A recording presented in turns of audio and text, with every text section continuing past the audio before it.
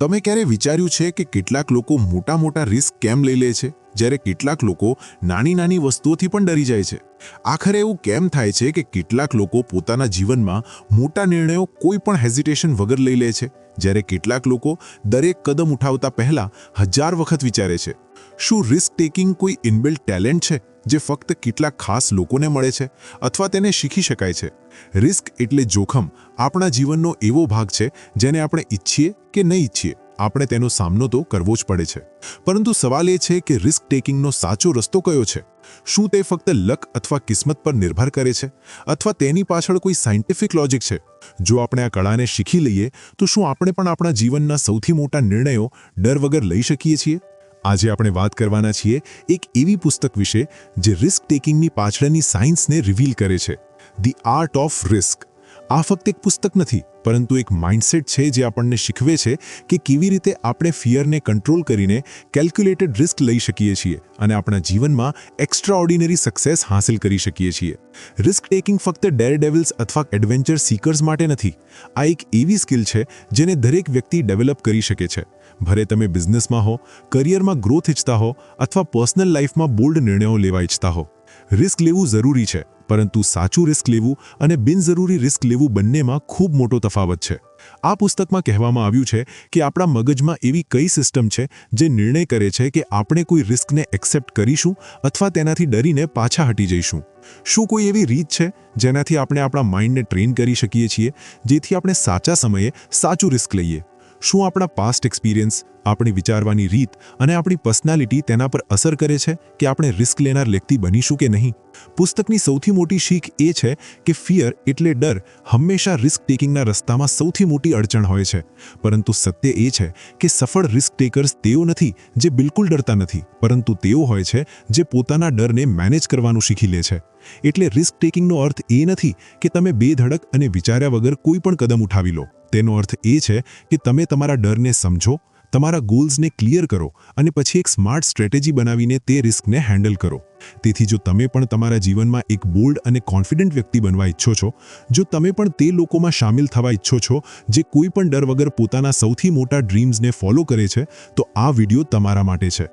આ વિડિયોમાં આપણે the art of રિસ્કની સૌથી પાવરફુલ સ્ટ્રેટેજીને ડીકોડ કરીશું જે તમને શીખવશે કે કેવી રીતે તમે તમારા અંદર રિસ્ક ટેકિંગનો સાચું બેલેન્સ ડેવલપ કરી શકો છો અને તમારા જીવનમાં ફિયરને કંટ્રોલ કરીને સફળતા મેળવી શકો છો. તો ચાલો કોઈ સમય વેડફ્યા વગર આ રોમાંચક સફરની શરૂઆત કરીએ અને શીખીએ રિસ્ક લેવાની અસલ કળા.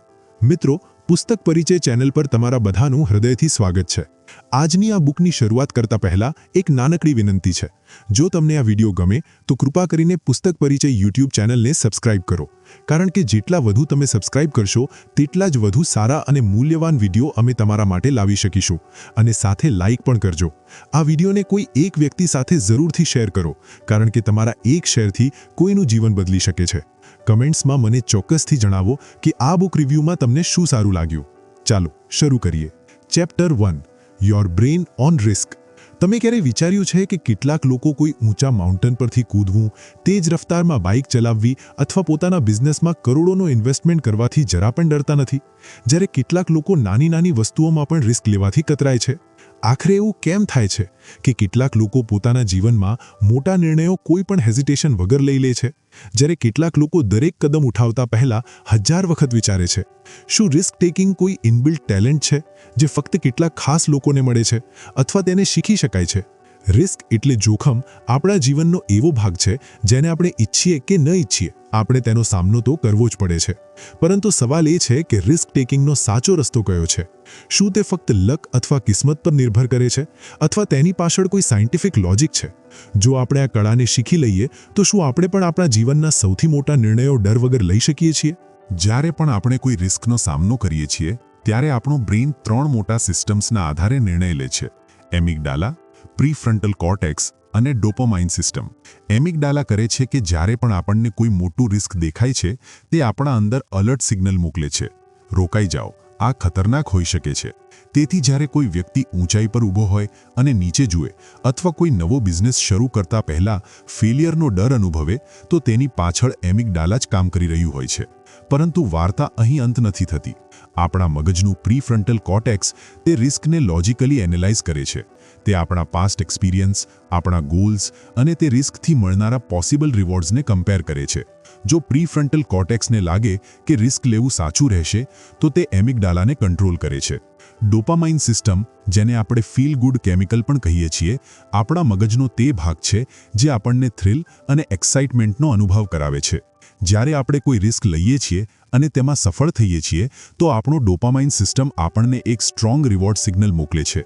હા, આ મજેદાર હતું, ફરીથી ટ્રાય કરો. આ જ કારણ છે કે કેટલાક લોકો રિસ્ક લેવાથી ડરતા નથી, પરંતુ તેના થ્રિલને વારંવાર અનુભવવા ઈચ્છે છે.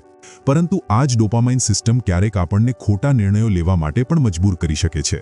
જ્યારે કોઈ વ્યક્તિ એક્સ્ટ્રીમ રિસ્ક ટેકિંગ બિહેવિયર્સ બતાવે છે, જેમ કે ગેમ્બલિંગ, હાઈ સ્પીડ રેસિંગ અથવા અનાવશ્યક રીતે ડેન્જરસ નિર્ણયો લેવા, તો તેનું કારણ ડોપામાઇનની ઓવર એક્ટિવિટી હોઈ શકે છે. કેટલાક લોકો નેચરલી વધુ ડોપામાઇન સેન્સિટિવ હોય છે, અને આ જ કારણ છે કે તેઓ વારંવાર હાઈ રિસ્ક નિર્ણયો લે છે, ભલે તેમાં ફેલિયરનો ખતરો હોય. હવે સવાલ એ ઉઠે છે કે શું રિસ્ક ટેકિંગને કંટ્રોલ કરી શકાય છે?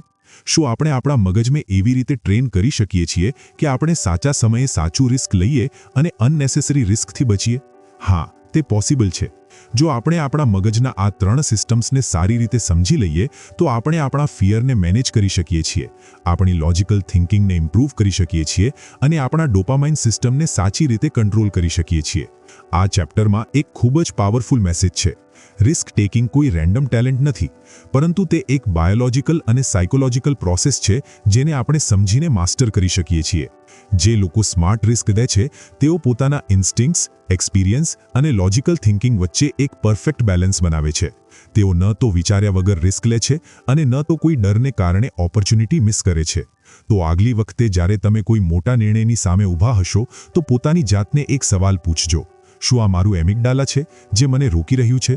શું મારું પ્રીફ્રન્ટલ કોર્ટેક્સ આ રિસ્કને સાચી રીતે એનાલાઇઝ કરી રહ્યું છે? શું મારું ડોપામાઇન સિસ્ટમ મને સાચા રિવોર્ડ તરફ ખેંચી રહ્યું છે? જો તમે આ ફોર્મ્યુલાને સમજી લેશો, તો તમે કોઈ પણ રિસ્કને સમજદારીથી હેન્ડલ કરી શકશો અને તમારા જીવનમાં મોટા ગોલ્સ અચીવ કરી શકશો. રિસ્ક એક કળા છે અને તેને માસ્ટર કરવું પોસિબલ છે. બસ તમારે તમારા મગજને સાચી રીતે સમજવું પડશે. Chapter 2: the myth of fearlessness. તમે ક્યારેય એવા લોકોને જોયા છે જે ઊંચાઈ પરથી કૂદવામાં હિચકિચાતા નથી, જે તેજ રફતારમાં બાઇક દોડાવે છે, જે કોઈ પણ ડર વગર નવા બિઝનેસ આઈડિયાઝ પર કરોડો રૂપિયા લગાવી દે છે? આપણને લાગે છે કે આ લોકો ફિયરલેસ છે, એટલે કે આ લોકોને ડર અનુભવ જ નથી થતો. પરંતુ શું વાસ્તવમાં એવું છે? શું કેટલાક લોકો જન્મથી જ ડરથી મુક્ત હોય છે, અથવા તે ફક્ત એક મિથ છે? આ ચેપ્ટરમાં આ ખૂબ મોટા ભ્રમને તોડવામાં આવે છે. ફિયરલેસનેસ નામની કોઈ વસ્તુ નથી હોતી. વાસ્તવિકતા એ છે કે દરેક વ્યક્તિ ડરે છે, ભલે તે કેટલો પણ બહાદુર કેમ ન દેખાય. તફાવત ફક્ત એટલો છે કે કેટલાક લોકો પોતાના ડરને સાચી રીતે મેનેજ કરવાનું શીખી જાય છે અને કેટલાક લોકો ડરની આગળ ઘૂંટણ ટેકી દે છે. જ્યારે પણ આપણે કોઈ રિસ્કી સિચ્યુએશનમાં હોઈએ છીએ, ત્યારે આપણું બ્રેઇન તુરંત અલર્ટ મોડમાં જતું રહે છે. આપણા અંદર એક અદૃશ્ય ડર પેદા થાય છે. આપણી હાર્ટબીટ તેજ થઈ જાય છે, હથેળીઓ પરસેવાથી ભીંજાઈ જાય છે અને મગજ કહે છે, રોકાઈ જાઓ, આ ખતરનાક હોઈ શકે છે. આ આપણું એમિગડાલા છે જે આપણને સર્વાઇવલ મોડમાં મૂકી દે છે. આ સિસ્ટમ લાખો વર્ષોથી આપણા અંદર મોજૂદ છે અને આજ આપણને દરેક પ્રકારના ખતરાઓથી બચાવવામાં મદદ કરે છે. પરંતુ આજના સમયમાં ખતરા ફક્ત જંગલોમાં જંગલી પ્રાણીઓથી નથી થતા, પરંતુ કરિયર નિર્ણયો, પબ્લિક સ્પીકિંગ, ઇન્વેસ્ટમેન્ટ્સ અને રિલેશનશિપ્સમાં પણ રિસ્ક હોય છે. પરંતુ જ્યારે આપણે આ રિસ્કનો સામનો કરીએ છીએ, ત્યારે પણ આપણું મગજ તે જ પ્રિમિટિવ પ્રતિક્રિયા આપે છે જે કોઈ જીવલેણ ખતરાને જોઈને આપે છે. હવે સવાલ એ છે કે જો ડર નેચરલ છે, તો વિશ્વના સૌથી મોટા રિસ્ક ટેકર્સ કેવી રીતે આટલા મોટા નિર્ણયો લઈ લે છે? શું તેમના અંદર ડર નથી થતું? અસલી રિસ્ક ટેકર્સ તેઓ વ્યક્તિઓ હોય છે જે ડર અનુભવવા છતાં પણ આગળ વધે છે. તેઓ પોતાના ડરને અવગણતા નથી, પરંતુ તેને સમજે છે, તેને સ્વીકારે છે અને પછી તે જ ડરને પોતાની તાકાત બનાવી લે છે. આ જ અસલી માઇન્ડસેટ શિફ્ટ છે જે એક સામાન્ય વ્યક્તિ અને એક એક્સ્ટ્રાઓર્ડિનરી વ્યક્તિ વચ્ચે સૌથી મોટો તફાવત પેદા કરે છે. એક પ્રોફેશનલ સ્કાય ડાઇવર જ્યારે હજારો ફીટ ઊંચાઈ પરથી કૂદે છે, તો તેને પણ ડર લાગે છે. એક આંત્રપ્રિન્યોર જ્યારે પોતાનું પહેલું સ્ટાર્ટઅપ શરૂ કરે છે, તો તેને પણ નાકામીનો ડર થાય છે. પરંતુ તફાવત એ છે કે તેઓ આ ડરને પોતાના પર હાવી થવા દેતા નથી. તેઓ જાણે છે કે ડર ફક્ત એક સિગ્નલ છે જે આપણને કહે છે કે આપણે આપણા કમ્ફર્ટ ઝોનમાંથી બહાર આવી રહ્યા છીએ અને આ જ કમ્ફર્ટ ઝોનમાંથી બહાર નીકળીને જ કોઈ વ્યક્તિ ગ્રોથ કરી શકે છે. જ્યારે આપણે ડરને પૂરી રીતે સમજી લઈએ છીએ તો આપણે તેને પોતાના ફાયદા માટે વાપરી શકીએ છીએ. ડર આપણને સતર્ક બનાવે છે, આપણને વિચારવા મજબૂર કરે છે, આપણને વધુ પ્રિપેર્ડ કરે છે. એક સાચી માત્રામાં ડર આપણને વધુ સારી પરફોર્મન્સ આપવામાં મદદ કરે છે. પરંતુ જો આ ડર હદથી વધુ વધી જાય તો તે આપણને પેરાલાઇઝ કરી દે છે, આપણને નિર્ણયો લેવાથી રોકે છે અને આપણા જીવનને એક લિમિટિંગ બોક્સમાં બંધ કરી દે છે. તેથી સૌથી જરૂરી વસ્તુ એ છે કે આપણે આપણા ડરને દબાવવાની કોશિશ ન કરીએ, પરંતુ તેને મેનેજ કરવાનું શીખીએ. આ વિચારવાને બદલે કે હું ડરને કેવી રીતે ખત્મ કરું, આપણે વિચારવું જોઈએ કે હું આ ડર સાથે કેવી રીતે આગળ વધી શકું. વિશ્વના સૌથી મોટા લીડર્સ, એથ્લીટ્સ, આર્ટિસ્ટ્સ તેને ખત્મ કરતા નથી, પરંતુ તેને પોતાનો મિત્ર બનાવી લે છે. તો આગલી વખતે જ્યારે તમને કોઈ રિસ્કી નિર્ણયની સામે ડર અનુભવાય તો તેને કમજોરી ન સમજશો. આ એક સિગ્નલ છે કે તમે તમારી લિમિટ્સને પુશ કરી રહ્યા છો. ડર અનુભવવું કોઈ ખોટી વાત નથી, પરંતુ ડરને કારણે ઓપોર્ચ્યુનિટી ગુમાવી દેવી એ સૌથી મોટી ભૂલ હોઈ શકે છે. ફિયરલેસનેસ એક મિથ છે, પરંતુ ફિયર મેનેજમેન્ટ એક કળા છે. આ જ આ ચેપ્ટરની સૌથી મોટી શીખ છે. જો તમે આ કળાને શીખી લેશો તો કોઈ પણ ડર તમને તમારી ડ્રીમ લાઈફ સુધી પહોંચતા રોકી શકશે નહીં. Chapter 3 the risk ladder. તમે ક્યારે વિચાર્યું છે કે એક જ જેવી સિચ્યુએશનમાં કેટલાક લોકો કોઈ પણ ડર વગર આગળ વધી જાય છે, જ્યારે કેટલાક લોકો ડરીને પાછા હટી જાય છે? માની લો કે બે મિત્રો સાથે એક ઊંચા માઉન્ટેન પર ઊભા છે. તેમાંથી એક તુરંત નીચે કૂદવા તૈયાર થઈ જાય છે, જ્યારે બીજો અસ્વસ્થ અનુભવે છે અને પાછો હટી જાય છે. અથવા ફરી બે એન્ટરપ્રેન્યોર્સ એક જ સમયે પોતાનું સ્ટાર્ટઅપ શરૂ કરે છે. એક નિર્ભીક હોય છે, જ્યારે બીજો વારંવાર પરેશાન થઈ જાય છે. આખરે એવું કેમ થાય છે? દરેક વ્યક્તિનું રિસ્ક ટેકિંગ લેવલ અલગ અલગ હોય છે.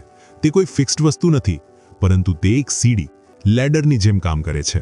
એટલે કે જ્યારે પણ આપણે કોઈ રિસ્ક લઈએ છીએ અને તેમાં સફળ થઈએ છીએ તો આપણું મગજ આગલા મોટા રિસ્ક માટે તૈયાર થઈ જાય છે. પરંતુ જ્યારે આપણે વારંવાર રિસ્કથી બચીએ છીએ તો આપણું કોન્ફિડન્સ ઘટવા લાગે છે અને ધીરે ધીરે આપણે નાના નાના નિર્ણયોમાં પણ ડર અનુભવવા લાગીએ છીએ. વિચારો કે એક બાળક પહેલી વખત સાયકલ ચલાવવાની કોશિશ કરી રહ્યું છે. પહેલા તે ડગમગાય છે, પડે છે, પરંતુ ધીરે ધીરે બેલેન્સ બનાવવાનું શીખે છે. જ્યારે તે એક વખત પડ્યા વગર થોડું દૂર ચલાવી લે છે તો તેનું કોન્ફિડન્સ વધી જાય છે. પછી તે તેજ ચલાવવાની કોશિશ કરે છે અને થોડા દિવસોમાં તે કોઈ પણ ડર વગર આખી ગલીમાં ફરવા લાગે છે. આ જ રિસ્ક લેડર છે. નાના નાના રિસ્ક લઈને આપણે મોટા રિસ્ક માટે તૈયાર થતા જઈએ છીએ. પરંતુ જો તે બાળક શરૂઆતમાં જ પડવાના ડરથી સાયકલ ચલાવવાનું છોડી દે તો તે ક્યારેય શીખી નહીં શકે. હવે તેને અસલી જીવનમાં અપ્લાય કરો. માની લો કે તમને પબ્લિક સ્પીકિંગનો ડર છે. જો તમે વિચારો છો કે તમે એક દિવસ સીધા હજારો લોકોની સામે ડર્યા વગર બોલી શકશો તો તે અસંભવ લાગશે. પરંતુ જો તમે નાના સ્ટેપ્સ લો, પહેલા મિત્રોની સામે બોલો, પછી નાના ગ્રુપમાં, પછી કોઈ મીટિંગમાં, તો ધીરે ધીરે તમારું કોન્ફિડન્સ વધશે અને તમે તમારા ફિયરને ઓવરકમ કરી લેશો. વિશ્વના સૌથી મોટા રિસ્ક ટેકર્સે પણ આ જ સીડી ચઢીને ઊંચાઈ હાંસલ કરી છે. કોઈ પણ વ્યક્તિ એક જ દિવસમાં એક્સ્ટ્રીમ રિસ્ક ટેકર નથી બનતું. દરેક મોટો નિર્ણય, દરેક મોટું એડવેન્ચર, દરેક મોટી સફળતા નાના નાના રિસ્કથી શરૂ થાય છે. આ જ કારણ છે કે કેટલાક લોકો હાઈ રિસ્ક સિચ્યુએશન્સને પણ ખૂબ સરળતાથી હેન્ડલ કરી લે છે, કારણ કે તેઓએ પોતાની રિસ્ક ટેકિંગ ક્ષમતાને ધીરે ધીરે ડેવલપ કરી છે. આ ચેપ્ટરની સૌથી મોટી શીખ એ છે કે જો તમે તમારા જીવનમાં રિસ્ક લેવાથી ડરો છો તો તમારે એકદમથી કોઈ મોટું રિસ્ક લેવાની જરૂર નથી. તમારે ફક્ત તમારી રિસ્ક લેડર પર એક સ્ટેપ ઉપર ચડવાની જરૂર છે.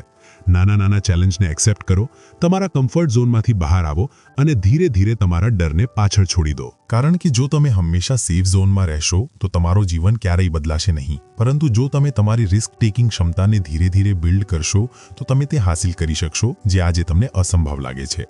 રિસ્ક એક સીડી જેવું છે. નાના કદમ તમને ઊંચાઈ સુધી લઈ જઈ શકે છે.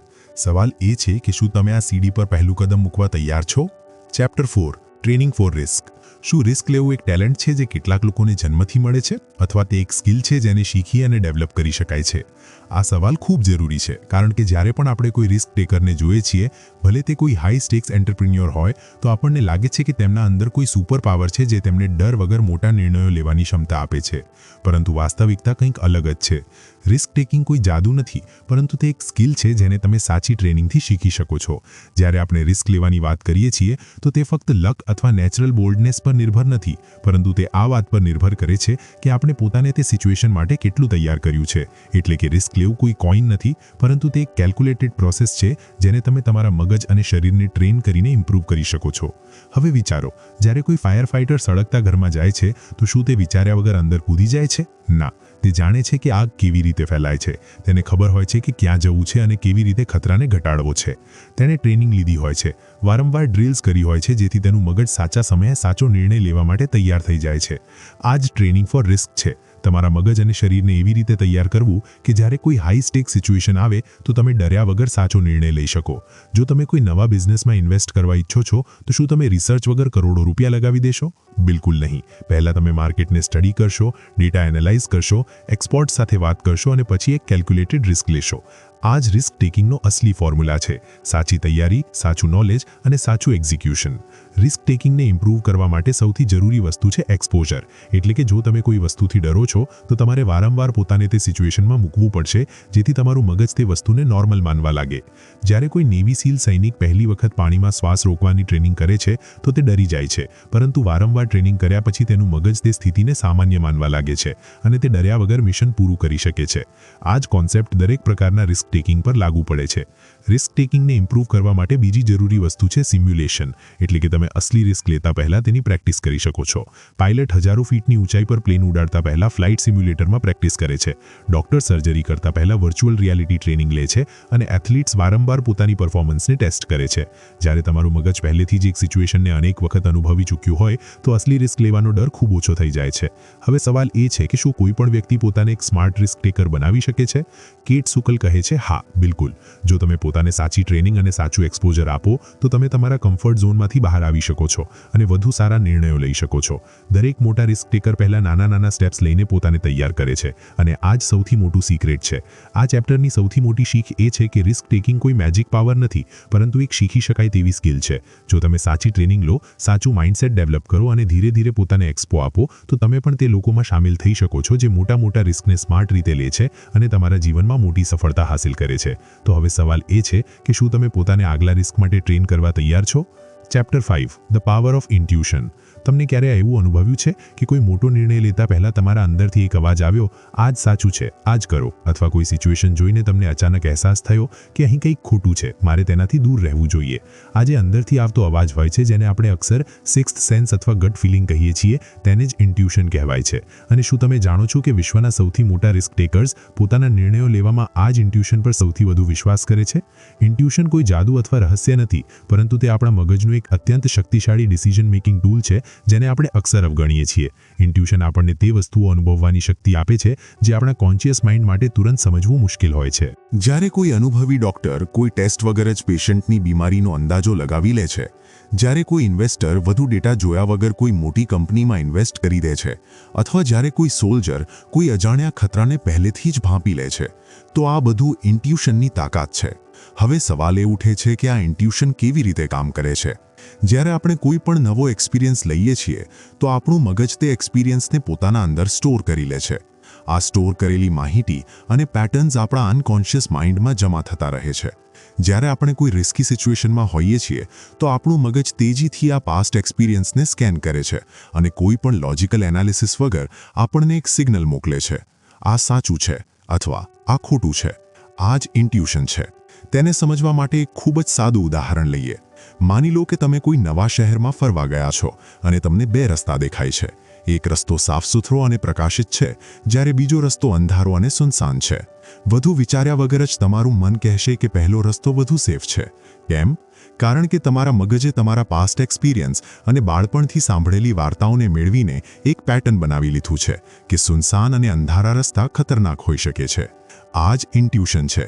રિસ્ક ટેકિંગના કિસ્સામાં પણ આ જ થાય છે. જ્યારે કોઈ પ્રોફેશનલ પોકર પ્લેયર અપોનેન્ટના કાર્ડ્સ જોયા વગર જ અંદાજો લગાવી લે છે કે સામેવાળા પાસે સારું હાથ છે કે નહીં, જ્યારે કોઈ સ્ટોક માર્કેટ ટ્રેડર કોઈ કંપનીના શેરના વધવા અથવા ઘટવાનો સાચો અનુમાન લગાવી લે છે, અથવા જ્યારે કોઈ એથ્લીટ વિચાર્યા વગર સાચો નિર્ણય લઈ લે છે, તો આ બધું તેમના વર્ષોના અનુભવથી આવતી ઇન્ટ્યુશનને કારણે થાય છે. એટલે કે જેટલો વધુ તમે કોઈ વસ્તુમાં એક્સપિરિયન્સ લેશો તેટલી તેજ તમારી ઇન્ટ્યુટિવ પાવર બનશે. પરંતુ એક રસપ્રદ વાત એ છે કે ઇન્ટ્યુશન હંમેશા સાચી નથી હોતી. ક્યારેક આપણું મગજ પાસ્ટ એક્સપિરિયન્સને કારણે ખોટા પેટર્ન્સ બનાવી લે છે અને આપણે ખોટા નિર્ણયો પણ લઈ શકીએ છીએ. તેથી કેટ સુખલ કહે છે કે ઇન્ટ્યુશનને શાર્પ કરવા માટે 2 વસ્તુઓ જરૂરી છે. પહેલું, વધુમાં વધુ એક્સપિરિયન્સ લેવું, અને બીજું, તમારી ઇન્ટ્યુશનને ડેટા અને લોજિકથી ક્રોસ ચેક કરવું. તેનો અર્થ એ છે કે તમારે બ્લાઇન્ડ રીતે ફક્ત ઇન્ટ્યુશન પર વિશ્વાસ ન કરવો જોઈએ, પરંતુ તેને લોજિકલ થિંકિંગ સાથે બેલેન્સ કરવું જોઈએ. રિસ્ક ટેકિંગમાં ઇન્ટ્યુશનનો સૌથી મોટો ફાયદો એ છે કે તે આપણને તેજ નિર્ણયો લેવામાં મદદ કરે છે. જ્યારે આપણા પાસે વધુ વિચારવાનો સમય ન હોય, જ્યારે આપણે તુરંત કોઈ એક્શન લેવું પડે, ત્યારે આપણું કોન્શિયસ માઇન્ડ તેટલી તેજીથી પ્રોસેસ નથી કરી શકતું, પરંતુ આપણું ઇન્ટ્યુટિવ માઇન્ડ પહેલેથી જ તૈયાર હોય છે. આ જ કારણ છે કે અનુભવી લોકો વધુ તેજ અને સાચા નિર્ણયો લઈ શકે છે, કારણ કે તેમની ઇન્ટ્યુશન પહેલેથી શાર્પ હોય છે. આ ચેપ્ટરની સૌથી મોટી શીખ એ છે કે ઇન્ટ્યુશન એક સુપર પાવરની જેમ કામ કરી શકે છે, પરંતુ તેને ડેવલપ કરવાની જરૂર છે. જેટલું વધુ તમે પોતાને નવા એક્સપિરિયન્સમાં મૂકશો, જેટલું વધુ તમે તમારી પાસ્ટ મિસ્ટેક્સથી શીખશો, તેટલી વધુ સારી તમારી ઇન્ટ્યુટિવ પાવર બનશે. અને જ્યારે તમારી ઇન્ટ્યુશન સ્ટ્રોંગ થઈ જશે, ત્યારે તમે કોઈ પણ રિસ્કી સિચ્યુએશનમાં તેજ અને સાચા નિર્ણયો લઈ શકશો. તો સવાલ એ છે કે શું તમે તમારી ઇન્ટ્યુશનની પાવરને અનલોક કરવા તૈયાર છો? Chapter 6, the risk taking personality. તમે ક્યારે વિચાર્યું છે કે કેટલાક લોકો કોઈ પણ સિચ્યુએશનમાં રિસ્ક લેવા તૈયાર રહે છે, જ્યારે કેટલાક લોકો જરા પણ રિસ્ક લેવાથી બચે છે? કેટલાક લોકો ઊંચાઈ પરથી કૂદવું, તેજ રફતારમાં બાઇક ચલાવવી અથવા નવા બિઝનેસમાં કરોડો લગાવવાથી ડરતા નથી, જ્યારે કેટલાક લોકો નાની નાની વસ્તુઓમાં પણ 1000 વખત વિચારે છે. આખરે એવું કેમ થાય છે? શું રિસ્ક ટેકિંગ એક આદત છે, એક શીખી શકાય તેવી સ્કિલ છે, અથવા તે પર્સનાલિટીનો ભાગ છે? રિસ્ક ટેકિંગ કોઈ એક જેવું બિહેવિયર નથી, પરંતુ તે આપણી પર્સનાલિટીનો ભાગ હોય છે. એટલે કે દરેક વ્યક્તિમાં રિસ્ક લેવાની ક્ષમતા અલગ અલગ હોય છે, અને તે ખૂબ હદે આ વાત પર નિર્ભર કરે છે કે આપણું મગજ કેવી રીતે બનેલું છે. જ્યારે આપણે રિસ્ક ટેકિંગની વાત કરીએ છીએ તો તે ફક્ત એક ચોઇસ નથી, પરંતુ તે આપણી બાયોલોજી, સાયકોલોજી અને પાસ્ટ એક્સપિરિયન્સ સાથે જોડાયેલી હોય છે. કેટલાક લોકોના મગજમાં ડોપામાઇન સિસ્ટમ ખૂબ એક્ટિવ હોય છે, જે તેમને થ્રિલ અને એક્સાઇટમેન્ટ તરફ ખેંચે છે. આ જ કારણ છે કે કેટલાક લોકો એડવેન્ચર સ્પોર્ટ્સ, ગેમ્બલિંગ અને હાઈ સ્ટેક્સ બિઝનેસમાં વધુ રસ લે છે. તેમનું મગજ તેમને સતત નવીનતા શોધવા પ્રેરિત કરે છે, જ્યારે કેટલાક લોકોનું મગજ વધુ કોશિયસ હોય છે, જે તેમને દરેક રિસ્કને એનાલાઇઝ કરવા અને સેફ રહેવા કહે છે. રિસ્ક ટેકિંગ પર્સનાલિટીને 3 અલગ અલગ કેટેગરીમાં વિભાજિત કરી શકાય છે. કેટલાક લોકો નેચરલી હાઈ રિસ્ક ટેકર્સ હોય છે, કેટલાક મોડરેટ રિસ્ક ટેકર્સ હોય છે, અને કેટલાક લો રિસ્ક ટેકર્સ હોય છે. હાઈ રિસ્ક ટેકર્સ તેઓ હોય છે જે કોઈ પણ નવી ચેલેન્જને લઈને એક્સાઇટેડ થઈ જાય છે. તેમને સતત નવીનતા જોઈએ છે અને તેઓ અનિશ્ચિતતાઓને એક્સેપ્ટ કરવાનું જાણે છે. મોડરેટ રિસ્ક ટેકર્સ તેઓ હોય છે જે કેલ્ક્યુલેટેડ રિસ્ક લે છે, એટલે કે તેઓ વિચારીને નિર્ણયો લે છે, પરંતુ જરૂર પડે તો મોટા કદમો ઉઠાવવાથી પાછા નથી હટતા. લો રિસ્ક ટેકર્સ તેઓ હોય છે જે સ્ટેબિલિટીને પ્રાથમિકતા આપે છે, દરેક સ્થિતિમાં સેફ રહેવા ઈચ્છે છે અને અનિશ્ચિતતાઓથી બચે છે. હવે સવાલ એ ઉઠે છે કે શું રિસ્ક ટેકિંગ પર્સનાલિટીને બદલી શકાય છે? કેટ સુકલ કહે છે કે હા, તે સંભવ છે. રિસ્ક ટેકિંગ કોઈ ફિક્સ્ડ ટ્રેટ નથી, પરંતુ તે આપણી હેબિટ્સ, એન્વાયરમેન્ટ અને એક્સપિરિયન્સથી પ્રભાવિત થાય છે. જો કોઈ લો રિસ્ક ટેકર છે તો તે ધીરે ધીરે પોતાની રિસ્ક ટેકિંગ ક્ષમતાને વધારી શકે છે. જ્યારે આપણે પોતાને નાની નાની રિસ્કી સિચ્યુએશન્સમાં મૂકીએ છીએ અને તેમને સફળતાપૂર્વક હેન્ડલ કરીએ છીએ, તો આપણું મગજ રિસ્ક ટેકિંગને નોર્મલ માનવા લાગે છે. તે જ રીતે હાઈ રિસ્ક ટેકર્સને આ શીખવાની જરૂર છે કે તેઓ ક્યારે અને કેટલું રિસ્ક લે, જેથી તેઓ અનનેસેસરી લોસથી બચી શકે. રિસ્ક ટેકિંગ પર્સનાલિટીને સમજવાનો સૌથી મોટો ફાયદો એ છે કે તમે તમારી સ્ટ્રેન્થ અને વીકનેસને ઓળખી શકો છો. જો તમે નેચરલી રિસ્ક એવર્સ છો, તો તમે તમારા કમ્ફર્ટ ઝોનમાંથી બહાર નીકળીને પોતાને ચેલેન્જમાં મૂકી શકો છો. અને જો તમે ખૂબ વધુ રિસ્ક ટેકિંગ છો, તો તમે પોતાને કંટ્રોલ કરીને વધુ કેલ્ક્યુલેટેડ અને થોટફુલ નિર્ણયો લઈ શકો છો.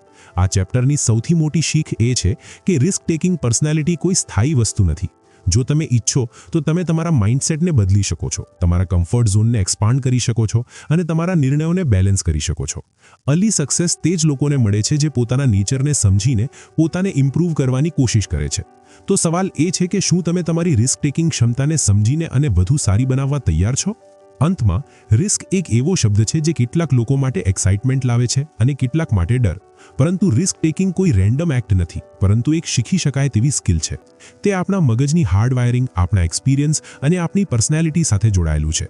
આ પુસ્તકમાં આપણે જાણ્યું કે કેવી રીતે આપણું બ્રેઇન રિસ્કને પ્રોસેસ કરે છે, કેવી રીતે ફિયરને મેનેજ કરી શકાય છે અને કેવી રીતે નાના કેલ્ક્યુલેટેડ રિસ્ક આપણને મોટી સક્સેસ સુધી લઈ જઈ શકે છે.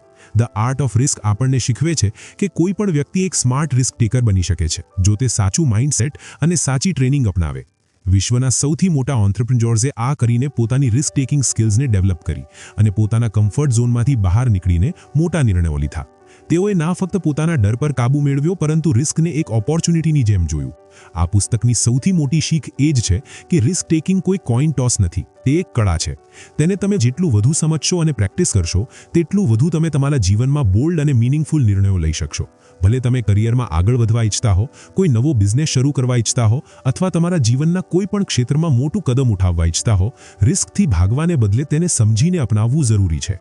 જો તમને આ પુસ્તક ગમી અને તેનાથી તમને કંઈક નવું શીખવા મળ્યું તો તેને તમારા જીવનમાં અપ્લાય કરવાની કોશિશ જરૂર કરજો.